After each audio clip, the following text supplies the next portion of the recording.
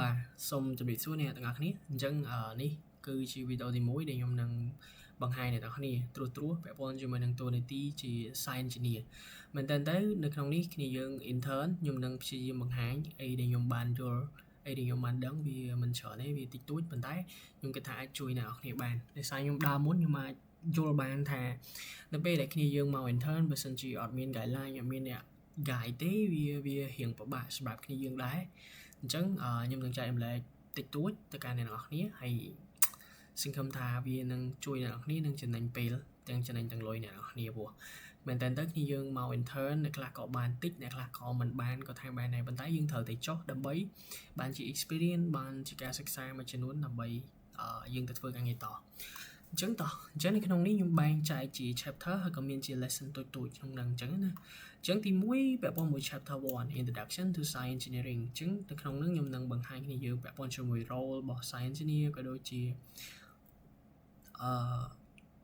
ពាក់ព័ន្ធជាមួយនឹង construction stage ដូចគ្នាអញ្ចឹងណាបច្ចេក life cycle ហ្នឹងថាវាមកពីណាវាចប់ពីណាអីចឹងទៅហើយណាគេចូលរួមខ្លះ chapter ទី2គឺ Site Safety and Regulation អានេះយើងនឹងនិយាយពាក់ព័ន្ធមួយសុវត្ថិភាពនិងច្បាប់នៅក្នុងការឋានអញ្ចឹងណា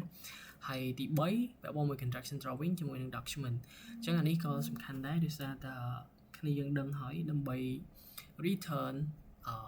ប្លង់ឲ្យទៅជារូបភាពជាក់ស្ដែងវាទៅការ manufacture ដើម្បីជួយមិនមែនមានតែ drawing យើងអាចធ្វើបានមិនមែនមានតែ material យើងអាចធ្វើបានអញ្ចឹងវាទៅការចូលរួមពី material ពី labor ពី equipment ពី management ពី project document អីចឹងទៅអញ្ចឹងវាទៅការច្រើនអញ្ចឹងយើងត្រូវការពួកអាហ្នឹងមក support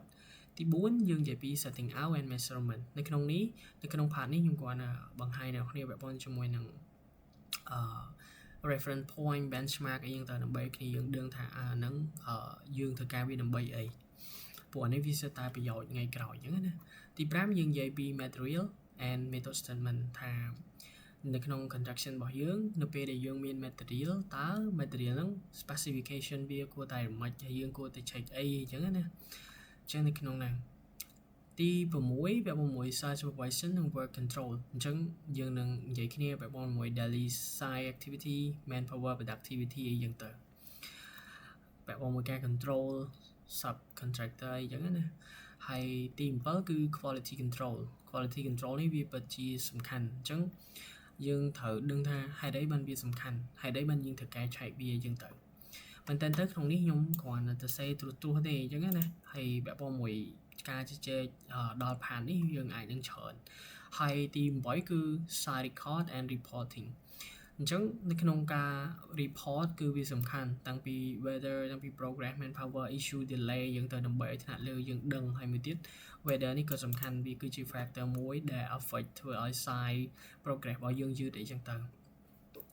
ហើយទី9យើងនិយាយពី basic quality cost awareness អញ្ចឹងនៅក្នុងនេះយើងគ្រាន់តែនិយាយពី proposal BQ យើងត្រូវការដើម្បីអីហើយពាក់ព័ន្ធមួយការ take off ការ size measurement វាមានប្រយោជន៍អីយើងនឹងនិយាយក្នុងហ្នឹងហើយទី10 final practice and evaluation អញ្ចឹងចុងក្រោយខ្ញុំនឹងដាក់ជា assignment ទៅទាំងអស់គ្នាថាខ្ញុំចង់ដឹងថាអ្នកនរគ្នាអាចស្វែងយល់បានប៉ុណ្ណាអញ្ចឹងណានៅក្នុងការចែករំលែករបស់ខ្ញុំហ្នឹងហើយក៏ខ្ញុំចង់បាន feedback ទាំងអស់គ្នាមកវិញដែរដោយសារខ្ញុំត្រូវច្បាស់ថាមុននឹងគ្នាយើងបញ្ចប់ការធ្វើកម្មសិក្សារយៈពេល3ខែតើគ្នាយើងបានអីតើក្រុមហ៊ុនគួរតែចេញជា certificate ថាគ្នាយើងបានចុះ intern អីពិតប្រាកដអត់អញ្ចឹងណាអូខេអញ្ចឹងនៅក្នុងវីដេអូនេះគឺមានតែប៉ុណ្្នឹងទេអរគុណជួបគ្នានៅវីដេអូបន្ត